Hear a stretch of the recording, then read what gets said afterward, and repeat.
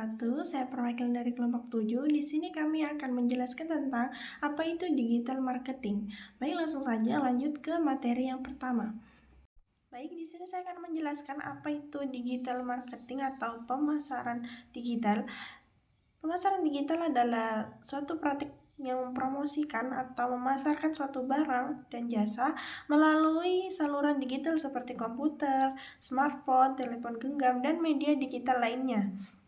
Jika pemasaran menciptakan dan memuaskan permintaan, maka pemasaran digital mendorong penciptaan dan suatu permintaan dengan menggunakan kekuatan internet dan memuaskan permintaan ini dengan hal yang baru yang lebih inovatif. Di sini, internet itu adalah medium interaktif. Apa sih medium interaktif itu? Medium interaktif adalah media yang memungkinkan pengguna untuk berpartisipasi aktif dan berinteraksi dengan konten-konten yang disajikan. Dengan munculnya teknologi baru, media interaktif semakin berkembang dan menjadi semakin penting dalam berbagai bidang, seperti pendidikan, hiburan, dan juga bisnis.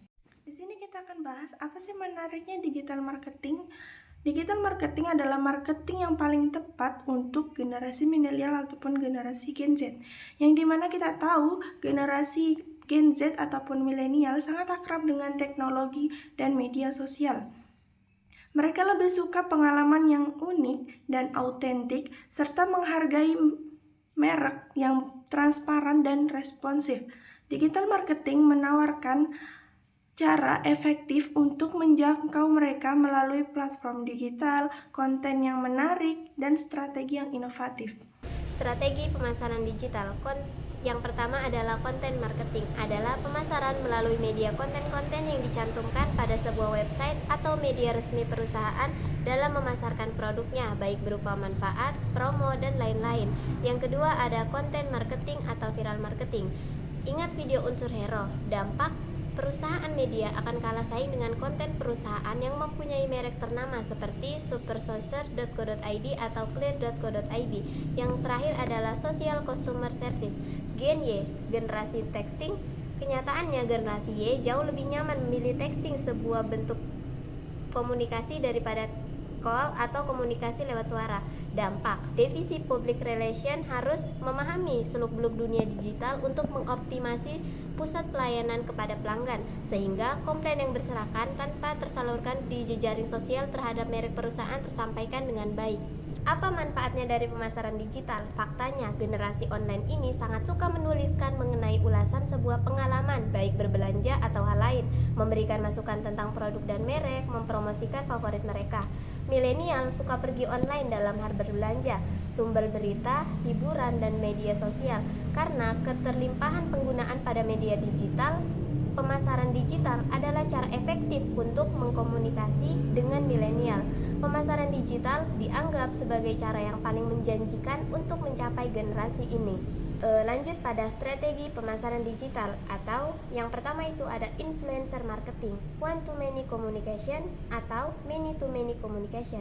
Berkat kemajuan teknologi, semua orang mempunyai hak yang sama dalam penyebaran informasi. Jika yang disebar adalah informasi yang baik, maka akan menguntungkan perusahaan. Pun sebaliknya, jika informasi yang disebar tidak baik, akan memperburuk perusahaan. Maka influencer marketing diperlukan untuk menanggulangi permasalahan ini.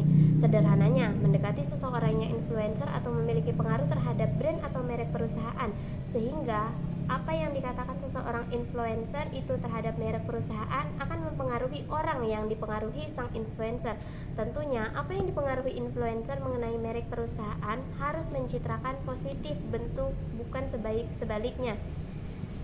Lalu fakta selanjutnya, generasi ini lebih memilih membeli dari perusahaan yang mempunyai nilai sosial untuk membantu orang, komunikasi, dan lingkungan. Apa menariknya dari pemasaran digital? Faktanya, komputer dan perangkat mobile adalah hal yang biasa untuk milenial. Fakta selanjutnya adalah gaya komunikasi pemasaran yang berhasil untuk orang tua generasi digital ini atau baby boomers ditolak mentah oleh generasi milenial. Lalu yang kedua adalah cross media campaign, internet marketing communication atau cross media campaign. Poin pertama ada sekuensial. Media TV, radio, website, dan lain-lain saling mendukung satu dan lainnya untuk membentuk sebuah kronologis narasi yang menambah ketertarikan atau pengalaman audiens terhadap sebuah merek. Lalu ada simultaneous, lebih sering disebut sebagai second screen. Contoh mudahnya adalah sinkronisasi antara aplikasi mobile dengan tayangan TV yang sedang berlangsung di TV. Lalu yang ketiga ada traditional marketing versus digital marketing. A poll conducted by Introvert in 2013 revealed that the rate of the digital marketing studies upon in 2013 is expected to reaches at the rate 32% newspaper, 29% TV, 9% direct marketing, 15% out of home, 9% produk. Baik, di sini saya akan menjelaskan menyusun strategi pemasaran. Setiap kegiatan dengan tujuan akhir yang jelas harus memiliki cetak biru, di mana harus diikuti oleh orang di dalam organisasi dalam pemasaran digital. Tidak ada pendekatan tunggal yang definitif, namun seperti yang bisnis harus membuat roadmap sendiri. Adapun langkah-langkah dalam membuat organisasi untuk menerapkan strategi yang akan memenuhi tujuan pemasaran, yang pertama itu ada konteks. Konteks adalah langkah pertama dalam menyusun strategi sukses pemasaran digital. Dengan menyusun konteks terlebih dahulu, adapun pertanyaan yang dapat mewakili konteks yaitu yang pertama, bagaimana konteks yang ditetapkan akan berubah di masa depan? Siapa Anda, mengapa merek Anda harus dipedulikan, dan apa yang membuat merek Anda berguna dan berharga? Yang kedua, siapa pelanggan Anda, apa yang dibutuhkan, diinginkan, dan layak untuk mereka punya, dan siapa kompetitor Anda? Yang kedua ada pertukaran nilai. Pertukaran nilai ini adalah meneliti suatu situasi pasar. Langkah kedua adalah memeriksa nilai proposisi atau janji yang diberikan. Yang ketiga itu ada tujuan. Tujuan ketika menetapkan tujuan pemasaran digital ada 4 aspek kunci untuk mempertimbangkan. Yang pertama itu ada taktik. Yang ketiga indikator kinerja utama atau KPI. Yang dimaksud dengan taktik yaitu tidak sama dengan tujuan. Taktik lebih ke arah spesifik atau cara mendekati tujuan. Sebagai contohnya itu halaman Facebook atau implementasi CRM. Sebagaimana sebuah strategi menjadi lebih kompleks, sebuah taktik yang banyak bisa digunakan dalam waktu bersamaan untuk mencapai ketercapaian tujuan yang sama. Yang kedua itu ada performance indicator atau KPI. KPI ini adalah cara perhitungan matriks yang spesifik, di mana kegunaan ini adalah untuk menentukan apakah taktik yang digunakan berjalan baik dan menemukan tujuannya. Yang terakhir itu ada target. Target ini adalah nilai spesifik yang ditentukan untuk KPI dalam mencapai tujuannya pada periode waktu tertentu. Kita lanjut ke materi selanjutnya yaitu populer taktik strategi pemasaran.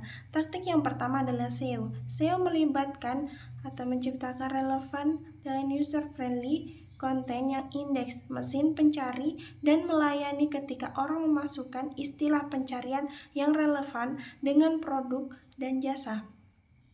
SEO memiliki peran penting untuk bermain dalam akuisisi karena memastikan menawarkan organisasi dan muncul dalam pencarian hasil, memungkinkan untuk menjangkau pelanggan yang lebih potensial. Taktik yang kedua yaitu iklan pencarian. Pengiklan ini hanya akan membayar jika seseorang mengetik iklan mereka. Iklan akan muncul di mesin pencarian hasil. Keindahan iklan pencarian bahwa itu merupakan kata kunci. Hal ini memungkinkan pengiklanan untuk menjangkau orang-orang yang sudah dibeli siklus atau mengekspresikan minat pada apa yang mereka tawarkan. Taktik selanjutnya adalah iklan online. Iklan online meliputi semua bidang internet, iklan di email, iklan di jejaring sosial, perangkat mobile, dan tampilan iklan di website normal. Tujuan utama dari iklan display adalah untuk meningkatkan brand kesadaran online. Iklan online dapat ditargetkan untuk fisik lokasi, bidang studi, perilaku pengguna, dan lainnya. Taktik selanjutnya adalah afiliasi pemasaran. Video pemasaran melibatkan atau menciptakan konten video, bisa berupa iklan video langsung atau hal yang berharga berguna bagi konten pemasaran. Afiliasi pemasaran online banyak digunakan untuk mempromosikan situs e-commerce dengan reward yang dihargai untuk setiap pengunjung atau pelanggan. Ini adalah taktik berguna untuk merek bangunan atau akuisisi. Taktik selanjutnya adalah pemasaran video, di mana hal ini melibatkan konten video. Pemasaran video adalah hal yang sangat baik untuk menangkap dan mempertahankan perhatian pelanggan. Taktik selanjutnya adalah media sosial, yang kita tahu di mana jangkauan media sosial itu sangat luas. Platform media sosial memainkan peran dalam membangun kesadaran karena dapat dibagikan kepada seluruh orang di penjuru dunia. Mereka juga dapat memberikan umpan balik dan memungkinkan mereka untuk berbagi konten yang berharga secara langsung. Taktik yang terakhir yaitu pemasaran email. Email pemasaran adalah bentuk langsung pemasaran yang memberikan komersial dan pesan berbasis konten kepada audiens. Promosi ini harus memaksimalkan retensi dan nilai dari pelanggan dan akhirnya mengarah kepada profitabilitas yang lebih besar bagi organisasi atau sebuah perusahaan. Lalu masuk pada materi pengaplikasian pemasaran digital. Pemasaran digital dan pemanfaatan media sosial di UKM. Saluran digital dapat diklasifikasikan dalam berbagai cara. Salah satu cara untuk mengklasifikasikan saluran adalah untuk menyajikan mereka berdasarkan sudut pandang yang partai, mengontrol komunikasi atau perusahaan atau target audiens, dan apakah komunikasi satu atau dua arah. Komunikasi satu arah atau one way channel. Website dan email dapat dilihat sebagai sebuah contoh dari satu arah alat online dengan perusahaan yang mempunyai kontrol tinggi. Sebuah website perusahaan dapat digambarkan sebagai rumah bagi merek di lingkungan online. Email dapat digunakan untuk berbagai tujuan pemasaran, termasuk berbagai informasi, promosi, membangun dan memperhatikan hubungan dan bimbingan pelanggan ke situs web. Meskipun web adalah saluran komunikasi dua arah, alaminya sering digunakan sebagai saluran satu arah untuk menyampaikan berita atau iklan. Kedua bentuk dasar dari pemasaran digital sering digunakan di UKM. Pada tahun 2018, Ericsson et al. Menemukan bahwa 90% dari UKM Swedia, mereka yang disurvei N sama dengan 160 menggunakan situs dan email untuk memasarkan produk dan layanan mereka. Daftar untuk jangka waktu tertentu dan iklan online juga dapat dianggap media digital dari jenis satu arah yang ditandai dengan kontrol perusahaan yang tinggi. Search Engine Optimization atau SEO proses. Peningkatan peringkat mesin pencapai situs web dalam hasil pencairan dan iklan mesin pencapai atau CEA. Dibayar iklan pada mesin pencari halaman hasil terkait dengan beberapa kata kunci adalah saluran komunikasi satu arah saluran. Tujuan dari alat tersebut adalah untuk menginformasikan orang-orang dari produk atau layanan yang bersedia dan yang terpenting untuk fasilitas perusahaan di web. SEA dan SEO biasanya digunakan antara perusahaan besar, tapi setidaknya beberapa tahun lalu potensi mereka tidak sepenuhnya dipahami oleh kalangan UKM. Lalu masuk pada komunikasi dua arah atau two-one channel. Sifat penting dari media sosial membutuhkan pemasaran perusahaan untuk mengambil pelanggan bukan menolong dari perusahaan. Tentu di saluran media sosial perusahaan memiliki sedikit kontrol atau merek. Di media sosial, penonton tidak berharap pitches penjual dan pesan pemasaran, tetapi informasi nyata dihasilkan oleh percakapan sekitar merek dan mereka berharap cerita otentik untuk diberitahu. Materi selanjutnya yaitu ROI pemasaran digital. Pekerjaan digital marketing adalah pekerjaan seorang pemasar di masa depan. Pekerjaan digital marketing sangat diuntungkan dengan kenyataan bahwa seorang digital marketer bisa mengukur segala bentuk aktif atas kampanye pemasaran digital. Keahlian untuk memilih dan memilah data wajib bagi para digital marketer karena pada kenyataannya walaupun di dunia digital marketing memiliki begitu banyak data, tapi pada prinsipnya kita hanya perlu data yang benar-benar kita butuhkan. Pada dasarnya, digital marketing memiliki banyak istilah dalam pengukuran ROI dari kampanye seperti klik visit, like, follower, dan respons. Berikut ini beberapa kanal komunikasi dalam digital marketing. Yang pertama itu ada email marketing. Adapun yang dimaksud dengan email marketing adalah cara melakukan pengukuran dalam email ini. Itu ada beberapa istilah perlu diketahui seperti jumlah pertumbuhan, jumlah terbukanya laman, jumlah klik untuk membuka, dan nilai konversi dari jumlah klik pada halaman. Yang kedua itu media sosial web banner. Banyak marketer senang membaca media sosial seperti Facebook, YouTube, dan lain-lain. Namun demikian, sebuah penelitian di Amerika Serikat menunjukkan bahwa hanya 34% dari marketer yang melirik media sosial sebagai saluran digital yang menghasilkan ROI tinggi. Mengukur ROI ini di media sosial memang terlihat jauh menantang karena harus melibatkan banyak keterkaitan seperti jumlah pengunjung, jumlah bus, jangkauan keterlibatan, dan lain-lain.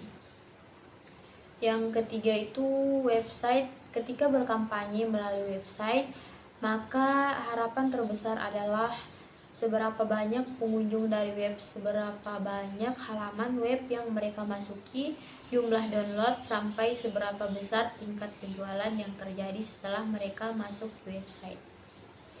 Beberapa konsultasi digital menawarkan cara-cara dan taktik agar website bisa meraih ranking yang tinggi atau berada di urutan teratas mesin pencari itu, karena terkadang bukan kampanye yang membuat website berada di urutan teratas, namun manipulasi dalam program web, jumlah backlink, dan hal-hal lain yang membutuhkan programmer.